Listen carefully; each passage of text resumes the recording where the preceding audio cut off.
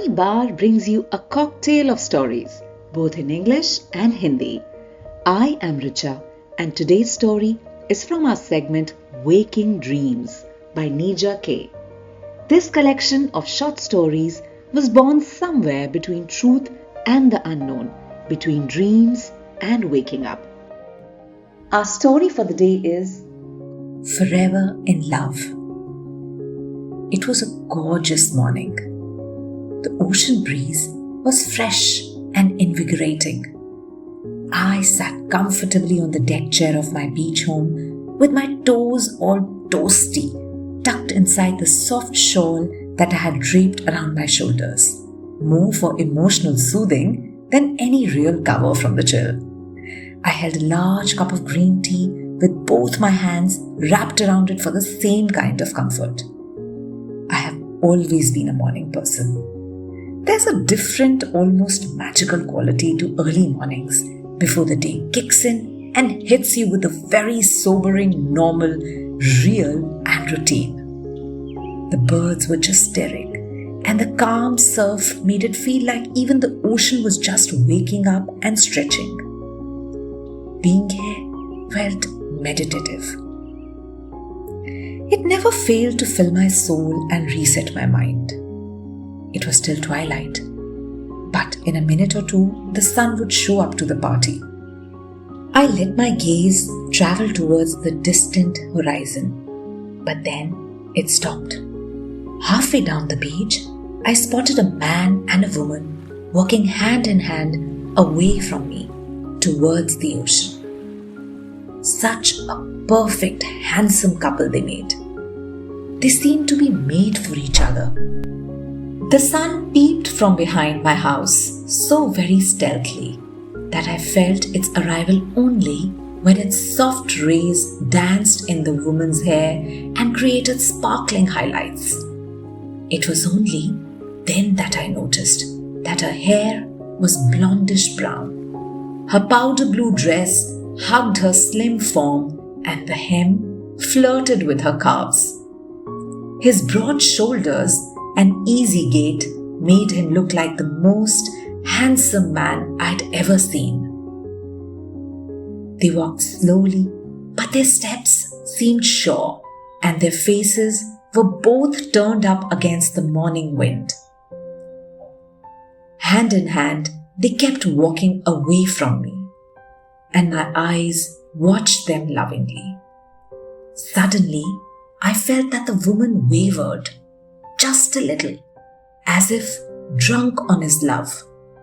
The man reacted quickly and put his arm around her slender shoulder to hold her up. But the woman wavered some more. The man promptly swept her up in his arms, the way one would carry a bride over the threshold into one's home for the first time. He held her and bent down. It looked like he kissed her on her forehead, but they were now much further away, so I couldn't see clearly. He didn't break his stride. Even with her in his arms, he walked effortlessly towards the rolling surf. The woman in blue looked at ease too. Nestled in his arms, her hair blew with the breeze and her sheer dress fluttered around her dangling feet. He must have said something because she laughed and the sound carried over the waves. Slowly, he walked to the edge of the water with his eyes fixed. It seemed on the face that was his love, his life, his everything. He kept walking. The water swam around his feet as the high tide came rushing in, then receded in an endless dance, leaving shells and tiny crabs in its wake. But soon the water was up to his ankles. He kept walking, and I watched them with affection and silently prayed for their love to keep growing till they got old together. The water had by now risen to his calves, and soon his knees were submerged too. May they never be separated. That was the prayer on my lips. I was so enthralled by the vision of this beautiful couple, I almost scalded my hand with the green tea. I patted the spill down and looked back, not wanting to miss a moment. He was now hip deep in the water. The woman's tumbling tresses were kissing the water. The sun was shimmering on everything now, as if someone had just spilled a truckload of glitter. They made such a stunning picture together. I could not look away, but I felt a small tightness in my chest now. He kept walking, wading against the advancing waves. Were they going for a swim fully clothed? This was not the best season for a swim. The water kept rising, and my sense of strange unease got worse and worse. The water was now around his waist, and the woman in his arms was half in the water. I was in full panic by now. I was on my feet, waving my arms. My shawl fell to the floor as I yelled to warn them. Had they not seen the red flags on the beach? During these rainy months, the ocean was far too capricious, and there were no swimming signs all over. But they seemed to be in a trance, blissfully unaware of the imminent danger. I scrambled to find my phone and decided it would be faster if I got to them. I ran barefoot down the steps leading from the deck to the sands of the beach. My feet felt leaden, and I was out of breath from shouting and running full speed, but it felt like I was on a treadmill getting nowhere closer. I started screaming wildly now, but they didn't even notice me, nor did anyone else, because there was no one else around. Unusual, I remember thinking to myself, but I had a more urgent crisis before me. The woman in his arms had disappeared underwater. Oh my goodness, I was too late already. The man had water up to his shoulders now, and he kept wading effortlessly and calmly, not once responding to my calls. And in no time, he too went under. They vanished, as if dissolving in the massive ocean. They had just disappeared. No sign of them, as if they had never been there.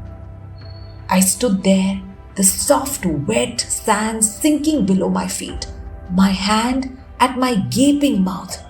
I couldn't move, nor could I scream. Holding my breath, I just waited, suspended in time and perplexity. For a moment, I thought they were just fooling around and would emerge from the water, gasping for breath and laughter together like they had moments ago. Any minute. I waited. But nothing broke the surface of the sea. It was perfectly still. Even the wind and the surf seemed to have died. They were simply gone. No screams, no thrashing, no waves, as if they had just peacefully crossed over to another dimension. I felt the water licking my toes, and I tried to stumble back slowly towards the house. But it was like walking through a heavy bog. My legs felt heavy. I took a deep breath to fill my lungs, but nothing came. I was choking, and there was no one to help. My palms were throbbing red hot. There was a searing pain in my chest, and sweat was now running in rivulets down my face.